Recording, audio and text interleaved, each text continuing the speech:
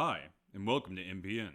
I'm Whiskey Mike. And I'm Keeper. Today we will be covering stories about a dead guest found at Disney World, Bangladeshi moving locations from India World Cup events, a bar fire in Crans, Montana, a raid against a northern Nigeria, Saudi-backed forces retaking a province, UN leaders upset over the U.S. capture of Nicolas Maduro, China and South Korea agree to renew cooperation, Nvidia rumors about reviving their 3060 graphics card, and Chinese cyber attacks against Taiwan. The new year has begun with a somber investigation at Walt Disney World after a guest was discovered dead on resort property. The Orange County Sheriff's Office responded to reports of a body at approximately 9 p.m. EST on January 1st. The incident occurred near East Buena Vista Drive. While official details from authorities remain limited, the area was immediately treated as a crime scene. While the sheriff's office has not yet released a formal cause of death, witness on the scene provided insight into the police activity. One guest, whose vehicle was caught behind the police perimeter, described the scene. "Our car was behind the crime scene tape and we weren't allowed to cross. Had to wait another hour until homicide cleared the scene. They then just roped off around one car. I assume that is where the descendant was. I do believe someone was dead in a motor vehicle." The witness further noted that the investigation appeared localized to a specific car rather than involving a fall or an incident within the park themselves. The Bangladesh Cricket Board, BCB, has officially announced that its national team will not travel to India for the upcoming T20 World Cup, citing severe safety concerns. The decision has triggered an emergency session with the International Cricket Council to determine the future of the tournament schedule. The withdrawal stems from a sharp escalation in regional volatility. While the World Cup is being co-hosted by India and Sri Lanka, with Pakistan already scheduled to play their matches in Sri Lanka, the BCB has formally requested that all of Bangladesh's matches be relocated as well. The friction between neighboring nations intensified following a tragic incident in Bangladesh where a Hindu man accused of blasphemy was killed during a protest. The event sparked widespread public outcry and a significant diplomatic rift, leading to current assessment that the safety of the Bangladesh contingent cannot be guaranteed on Indian soil. Following an emergency review of the security landscape, the ICC released a formal statement supporting the BCB's stance. They said, following a thorough assessment of the prevailing situation and the growing concerns regarding the safety and security of the Bangladesh contingent in India, the board of directors resolved that the national team will not travel to India for the tournament under current conditions. The ICC is now tasked with a logistical overhaul to ensure the tournament proceeds. Key highlights of the current crisis include formal appeal to move all four Bangladesh's group stage matches out of India. The ICC board has prioritized player security over the original tournament roadmap. With Pakistan already playing in Sri Lanka, pressure is mounting to move additional fixtures to neutral venues. A catastrophic fire at a popular bar in Crans, Montana ski resort has left Switzerland in mourning and pushed European medical infrastructure to its limits. The blaze has resulted in 40 confirmed fatalities and left nearly 115 others injured, sparking a massive cross-border emergency response. Preliminary reports suggest the fire was ignited by sparklers and champagne bottles, which set the venue's ceiling ablaze. Eyewitnesses described a terrifying scene, noting that thick black smoke and flames engulfed the space with such speed that many were unable to reach the exits. The scale of the disaster has overwhelmed local Swiss medical resources. Due to the severity of the injuries, the critically burned are being airlifted to specialized trauma centers across Europe, including facilities in Stuttgart, Germany, Milan, Italy, in Paris, France. As the identification process continues, families remain in a harrowing state of uncertainty. One mother shared her distress with reporters, noting that 40 hours after the blaze, she still had no confirmation regarding whether her son was among the survivors or the deceased. In a press conference held on Thursday, Swiss officials confirmed that the investigation is ongoing. While the cause is being heavily scrutinized, authorities stated no arrests have been made at this time, and it is currently premature to determine if criminal charges will be filed against the venue owners or the staff. Swiss president's statement expressing the weight of the loss, the Swiss president addressed the nation, calling the fire, "It is one of the worst tragedies that our country has ever known." A brutal assault on the village of Kasawan Daji, located in Borgo area of Niger State, has left dozens dead and many others missing.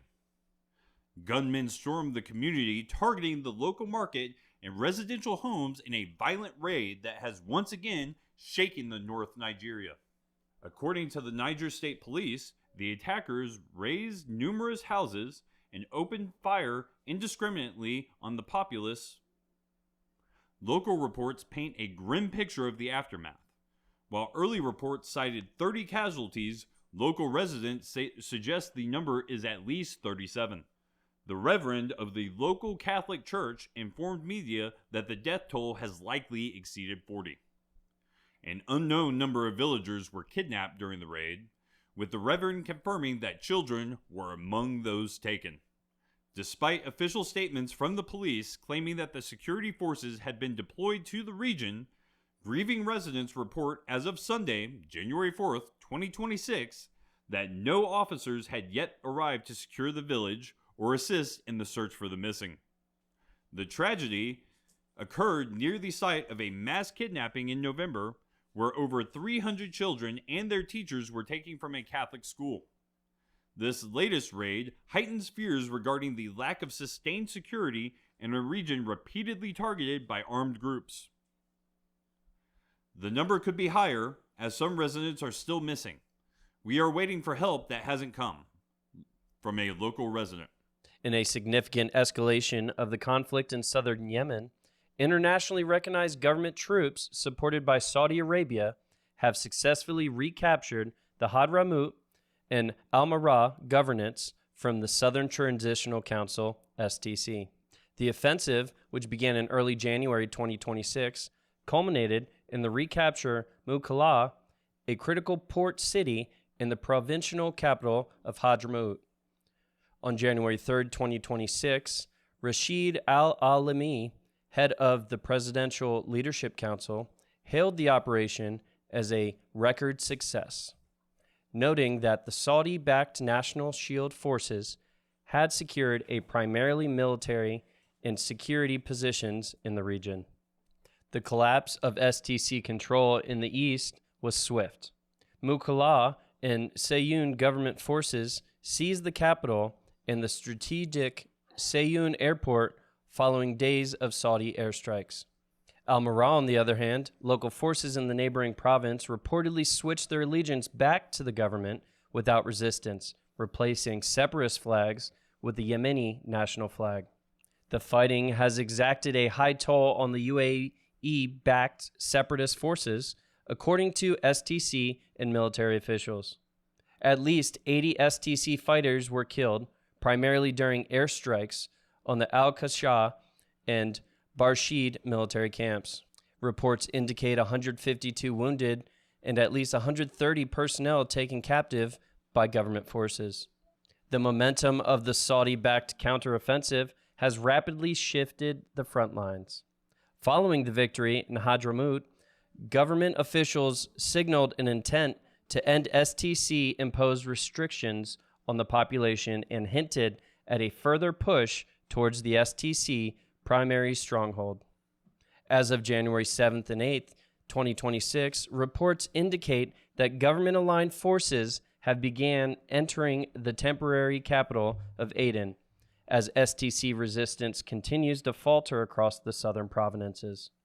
The National Shield Forces achieved record success, in taking back all military and security sites in the province. Rashid Al-Almini, PLC chairman. At an emergency UN Council meeting this past Monday, a chorus of international voices ranging from long-standing adversaries to traditional allies strongly criticized the United States' recent military operation to dispose and capture Venezuelan leader Nicolas Maduro. U.S. Ambassador Mike Waltz defended the January 3rd mission as a surgical law enforcement operation. Aimed at executing long-standing criminal indictments, he argued the U.S. action was a necessary response to a narco-terrorist regime that posed a direct threat to the Western Hemisphere. Waltz took aim at the UN stance on Maduro's legitimacy, stating, "If the United Nations in this body gives an illegitimate narco-terrorist the same treatment of legitimacy in this charter as a democratically elected president or head of state, what kind of organization is this?" Venezuelan Ambassador Samuel Mercado led the opposition, labeling the operation an illegal abduction and a violation of the UN Charter. He warned that downplaying the bombing of a sovereign nation sends a devastating message to the world, namely, that law is optional and that force is the true arbiter of international relations. The intervention was also sharply condemned by Russia and China, who accused the U.S. of wantonly trampling on sovereignty. Analysts suggest their stance is bolstered by significant geopolitical and economic interests, as Maduro has maintained deep military ties with Moscow and remains a primary oil exporter to Beijing. Even U.S. allies, including France and Colombia, expressed concern that the unilateral use of force erodes the foundation of international law. Following their capture during the Caracas raid, both Nicolas Maduro and former First Lady Cleo Flores appeared in a Manhattan federal court on January 5, 2026. The couple faces a series of severe charges, including narco-terrorism, conspiracy, specifically against Maduro, cocaine importation, conspiracy possession of machine guns and destructive devices, conspiracy to possess machine guns and destructive devices. Both Maduro and Flores have pleaded not guilty to all counts. Judge Alvin Hellenstein has scheduled the next court appearance for March 17, 2026. During a landmark 4-day state visit to Beijing, Chinese President Xi Jinping and South Korean President Lee Jae-myung held a series of high-level meetings aimed at thawing diplomatic relations and stabilizing regional trade. The summit concludes as both nations face a volatile geopolitical landscape in East Asia. Both leaders pledged to revitalize economic cooperation and promote regional stability. President Xi emphasized that the two nations share important responsibilities in maintaining regional peace and promoting global development. President Yi echoed this sentiment, framing the summit as the beginning of a new chapter in the development of Korea-China relations. The key takeaway points from their discussions include commitments to increase bilateral trade and reduce supply chain barriers, mutual pledges to de-escalate regional tensions, particularly as China's relations with Japan and Taiwan remain strained. The diplomatic progress was overshadowed by a provocative display of force from Pyongyang. During the summit, North Korea launched ballistic missiles into the sea, claiming a successful test of their latest hypersonic missile technology. While the launch served as a stark reminder of the security challenges on the peninsula, international defense experts have expressed skepticism regarding North Korea's claims. Many analysts doubt the weapons are currently capable of sustained functional hypersonic flight. Despite the positive rhetoric surrounding trade and security, a senior South Korean official warned that the unofficial Chinese ban on South Korean cultural exports, K-pop, films, and dramas, may not be lifted immediately. While the summit moved the needle on economic policy, the official noted that China may take time to fully reopen its markets to Korean entertainment. As cultural policy remains a sensitive point in China's broader strategic calculations, this meeting marks a new chapter, but we must be patient as we work through the complexities of our cultural and social exchanges. Despite the positive rhetoric surrounding trade and security, a senior South Korean official warned that the unofficial Chinese ban on South Korean culture exports, K-pop, films, and dramas may not be lifted immediately. While the summit moved the needle on the economic policy, the official noted that China may take time to fully reopen its markets to Korean entertainment. As cultural policy remains a sensitive point in China's broader strategic calculations, a South Korean official stated, "This meeting marks a new chapter, but we must be patient as we work through the complexities of our cultural and social exchanges."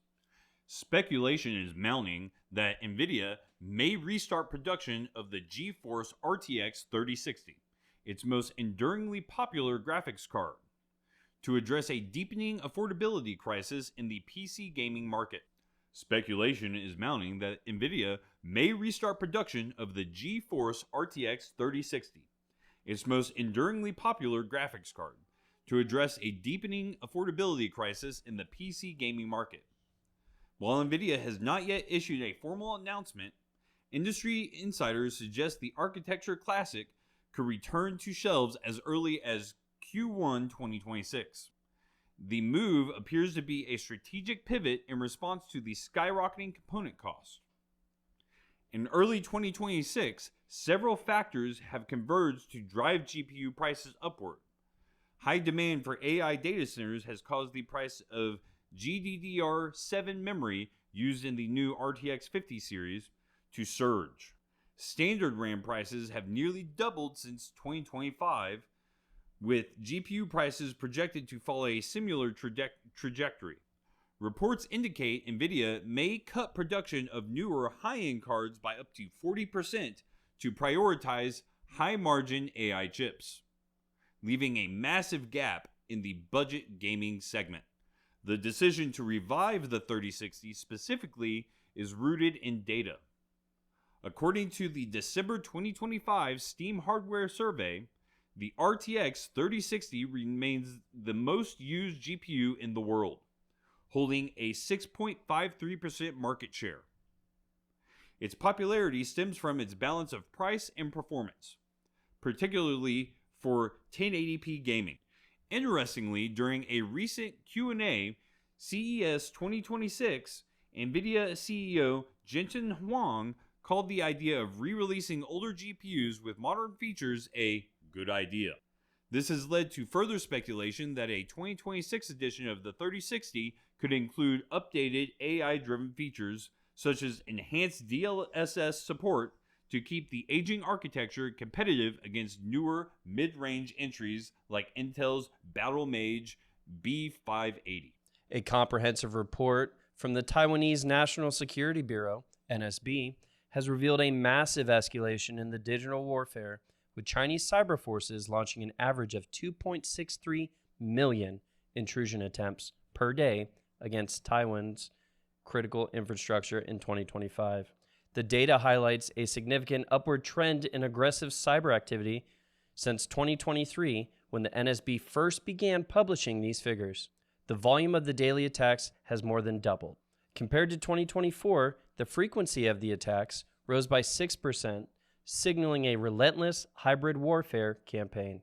The NSB reported that while attacks spanned across 9 critical sectors, 3 areas saw the most severe surge in activity, experiencing a staggering tenfold increase in attacks compared to 2024.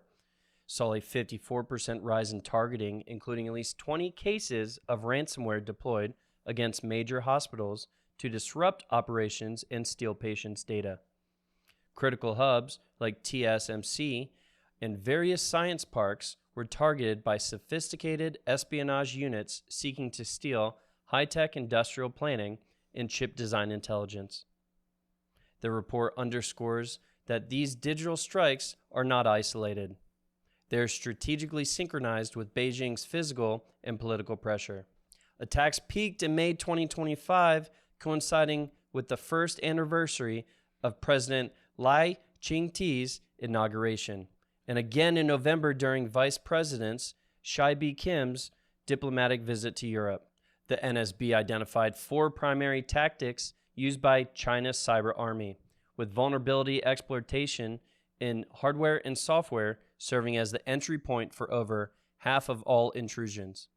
Other methods aimed at overwhelming and paralyzing government social functions, targeting specific officials and administration agencies, compromising telecom service providers to gain access to back-end communication links. The NSB explicitly linked these operations to 5 major state-sponsored groups: Black Tech, Flax Typhoon, Mustang Panda, APT-41, and UNC 3886. The NSB explicitly linked these operations to 5 major state-sponsored groups: Black Tech, Flax Typhoon, Mustang Panda, APT-41, and UNC 3886. Taiwanese National Security Bureau reported, such a trend indicates a deliberate attempt by China to compromise Taiwan's crucial infrastructure comprehensively and disrupt or paralyze Taiwanese government and social functions. Descendant was? Descendant.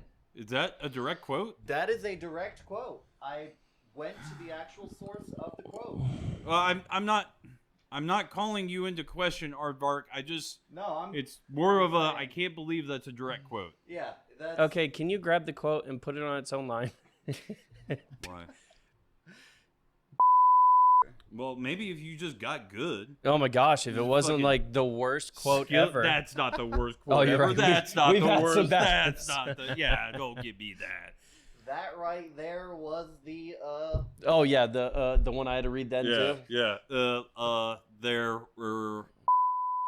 I hate that quote. I hate quotes. I hate quotes. Quotes are Yeah, horrible. quotes are the worst. Quotes are the worst. We've had 2 good quotes, and that's it. No one else can speak. I love putting the quotes in. While the World Cup is being co-hosted.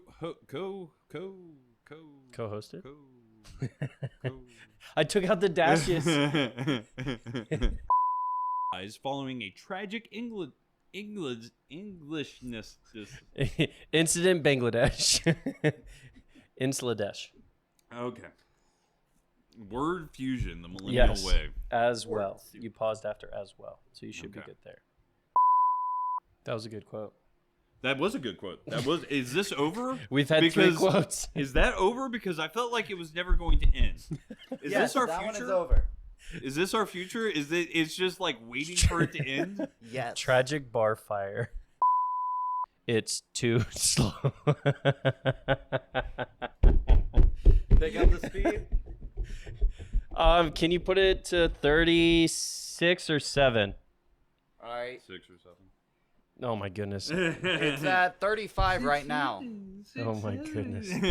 Let's restart that one. You knew the meme was dead when there was a group of like 5 old people at work all going 6, 7. Oh, wow. 6, 7. You're like, oh fuck, man, that thing's dead. That thing's buried. Reportedly switched their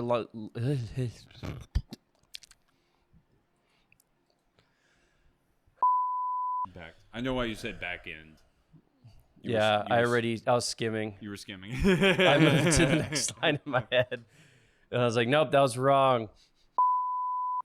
Let me try that again. I started to fall apart. It's a long. I fell It's apart. a long list. I fell apart. Can we put the list on another? I told you the name and you still messed it up. Hellerstein. I'm not doing that. Why not? Because I can't do that one. Just like you can't do a lot of Muslim names. I can do Muslim names. I do Muslim names just fine. Just not, I don't know, South American names. I do South American names just fine too. No, you don't. Yeah, no, I did just fine. Look, at least you got Niger correct. We're not talking about Africa. I actually do pretty good with African Yeah. names, You weirdly did enough. do Like I very don't good. know why, but I do weirdly good with African names. How do you say it? Pyongyang. Pyongyang. Pyongyang. Pyongyang. Pyongyang. And canceled. All right, here we go, boys. Nope, I'm not ready. All right, let me drink. Let me drink. Pause. Yeah, no, I thought we were over, and then like new paragraph. Joke's on you. Classic. Classic. It was Ampy. I don't know why I keep Ampere. I don't know why I keep Ampere architecture. I know how to say architecture. I don't need you to tell me how to say architecture. Stop telling me how to say Do architecture. you need to know how to say classic? I know how to say classic. Listen, the backyard's right there. We could go at any time. I wore my Word bow after tie today. class. Oh, there you are. Your tail's gonna pick up on the microphone. I was wondering what the fuck was. Oh, I thought it was over again. I'm so excited. Finn. Finn. Finn. Finn. Finn. Finn. We done.